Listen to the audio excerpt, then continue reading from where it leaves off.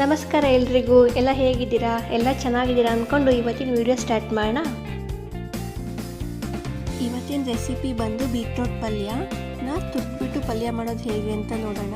ಅದಕ್ಕೆ ಬೇಕಾಗಿರೋ ಇಂಗ್ರೀಡಿಯೆಂಟ್ಸ್ ಬನ್ನಿ ಹೇಗೆ ಮಾಡೋದು ಮತ್ತು ಅದಕ್ಕೆ ಏನೇನು ಇಂಗ್ರೀಡಿಯೆಂಟ್ಸ್ ಬೇಕು ಅಂತ ನೋಡೋಣ. 2 ಟೊಮ್ಯಾಟೊ, 2 ಈರುಳ್ಳಿ ಮತ್ತು 6 ಹಸಿಮೆಣಸಿನ್ಕಾಯಿ ತೊಗೊಂಡಿದ್ದೀನಿ.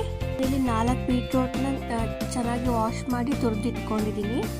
ಕಡಾಯಿನ ಸ್ಟವ್ ಮೇಲೆ ಇಟ್ಬಿಟ್ಟು ಎಣ್ಣೆ ಹಾಕಿ, ಎಣ್ಣೆ ಕಾದ್ಮೇಲೆ ಸಾಸಿವೆ ಹಾಕಿ ಸಾಸಿವೆ ಸಿಡಿದ ನಂತರ ನಾನು ಕಡಲೆಬೇಳೆ ಹಾಕ್ತಾಯಿದ್ದೀನಿ. ನಂತರ ಅದಕ್ಕೆ ಈರುಳ್ಳಿ ಹಾಕ್ತಾಯಿದ್ದೀನಿ ಒಗ್ಗರಣೆಗೆ. ಈರುಳ್ಳಿ, ಟೊಮ್ಯಾಟೊ ಮತ್ತು ಹಸಿಮೆಣಸಿನ್ಕಾಯಿ ಹಾಕಿ ಒಗ್ಗರಣೆ ಮಾಡ್ಕೋಬೇಕು.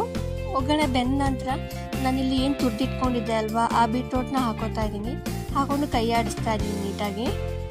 ಹಾಗೆಯೇ ಸ್ಕಿನ್ ಡಿಸೀಸಸ್ ಏನಾದರೂ ಇದ್ದರೆ ಅದು ಕೂಡ ಸರಿ ಹೋಗುತ್ತೆ. ಮತ್ತು ಕಾನ್ಸ್ಟಿಪೇಷನ್ ಈ ಥರ ಏನಾದರೂ ಪ್ರಾಬ್ಲಮ್ ಇದೆ, ಮತ್ತು ಕರುಳನ್ನು ಶುದ್ಧೀಕರಣ ಮಾಡುತ್ತೆ.